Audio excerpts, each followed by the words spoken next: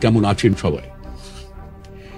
দেশ দুনিয়ার এই কঠিন পরিস্থিতিতে ভালো থাকা আমাদের পক্ষে সত্যিই দুষ্কর। কি ঘটে যাচ্ছে পশ্চিমবাংলায়? সন্দেশখালিতে যে অন্যায় করেছে তৃণমূল, তার কোনো ক্ষমা নেই। রাজ্যে কর্মসংস্থান নেই, মহিলাদের সম্মান নেই, দুর্নীতির আখড়া হয়ে যাচ্ছে রাজ্যটা। আমরা রাজ্যটাকে সুন্দর করে সাজিয়ে তুলছিলাম।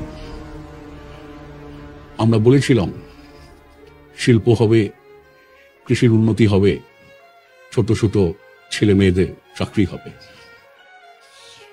ওদিকে কেন্দ্রে ক্ষমতা দখল করে বসে আছে দাঙ্গাবাজ বিজেপি, দুর্নীতিগ্রস্ত বিজেপি।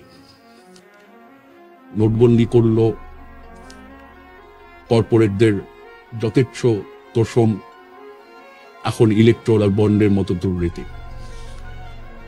দাম বাড়ছে নিত্য প্রয়োজনীয় জিনিসের, ঢুকছে অর্থনীতি।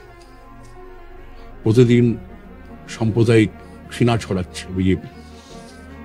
আরো শেষ মনে রাখবেন, তৃণমূলের আমলেই কিন্তু বাংলায় বিজেপির বারবারন্ত। কে এই নরেন্দ্র মোদী, কে এই মমতা ব্যানার্জি?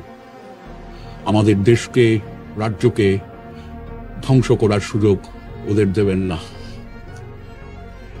এই নির্বাচনে জয়ী করুন বাম, গণতান্ত্রিক, ধর্মনিরপেক্ষ শক্তির প্রার্থীদের।